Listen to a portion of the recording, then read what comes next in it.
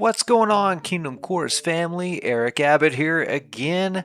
I want to talk directly to our Christian artists today about something they can completely change how your music performs long term. So, this is not hype, this is structure. Structure is always going to be your winner, okay, when it comes to releasing the album trap most Christian indie artists fall into. So, there is a lot of Christian artists that still think in album terms. So they write 8 to 10 songs, they work on it for months, they pray over it, they build some anticipation and post on social media, which is great. You still need to do that anyway, regardless.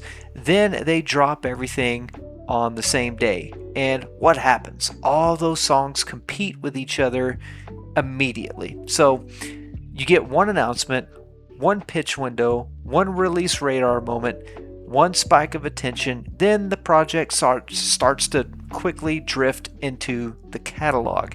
So streams split across tracks, saves get diluted, the algorithm has no clear signal, and within a few weeks, the moment fades. So this is not because the songs are bad, okay? I just want to make that clear. It is because the structure was weak. So what we do instead at Kingdom Chorus, you could do whatever you want, even if you're a rostered artist at Kingdom Chorus. If you're a rostered artist at Kingdom Chorus, you still get complete freedom, and we are just here to support it any way we can. We use what is called, however, the Waterfall release strategy. I know a bunch of you guys listening probably have heard this at one point or another, maybe even tried it. So I'm just going to explain how that works. Here is how it works. You release one song first. 3 to 6 weeks later, you release the next single and attach it to the first one on it. Then you do it again. And each release includes the previous song. So instead of dropping 8 songs at once, we stack them one by one. Why am I talking about this today? Because it works really, really well. That's why. You don't have to do this, but this is why this matters for Christian indie artists. Is you are not competing with major labels. So a lot of major labels don't do this. You are not sitting on a massive editorial budget. You can't afford to waste attention. Each single needs its own spotlight. Each single needs its own campaign. Each single needs its own story angle. So when we do it this way, single 1 introduces your sound, single 2 benefits from everyone who saves single 1. Single 3 lands in front of listeners who already recognize your name. Now your release schedule starts acting like a kind of like a flywheel, right? It's momentum builds instead of resetting.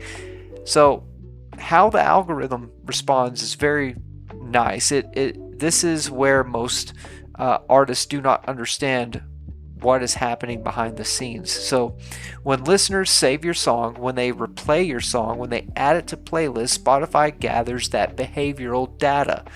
When the next song releases, for your next release, it includes the previous single with the same ISRC code and clean metadata, and that stream history carries forward.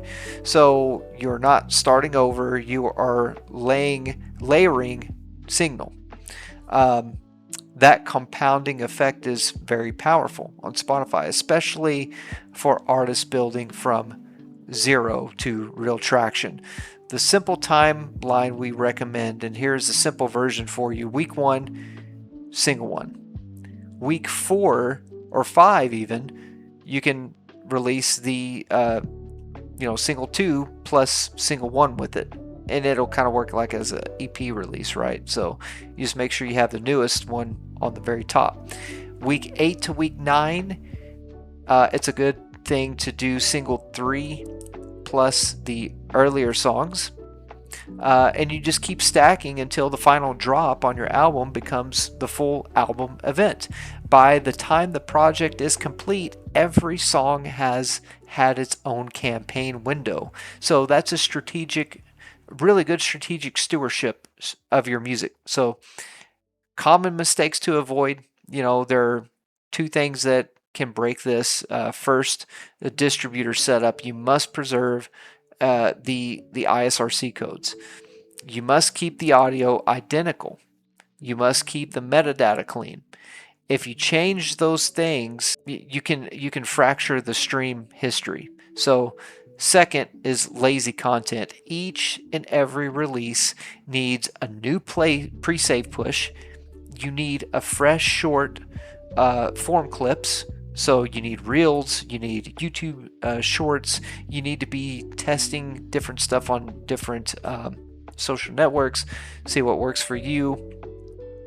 A different story angle for each one, and a new reason to listen. Okay, you can't just copy and paste captions with, a new cover over and over and over again. Or, you just can't do that. So if you treat every single like an event, the system will work. This waterfall technique works. If you treat it casually, it will fall flat. So this is why, this aligns with Kingdom Course really well. At Kingdom Course, we are not just throwing songs into the world and hoping for the best. We are building sustainable momentum for Christian artists who are called to share the gospel through their music. And we want your songs to live. We want it to have life. And we want it to go and speak to people. So not just spike and then disappear again. We want your catalog to do very well overall. So this model here, especially if you're on a low budget, it gives us multiple pitch windows, multiple ad creative cycles, multiple radio follow-up angles, multiple chances to grow. So it's doing all kinds of things simultaneously. It's so good. If you are planning an album, don't just ask, what should I drop? When should I drop it? Ask these questions. How do we structure this for momentum? Because the way you release music matters just as much as the music itself. We're not just dropping songs, we are building signal, we're building recognition, we're building long-term growth, and that is how we steward the calling.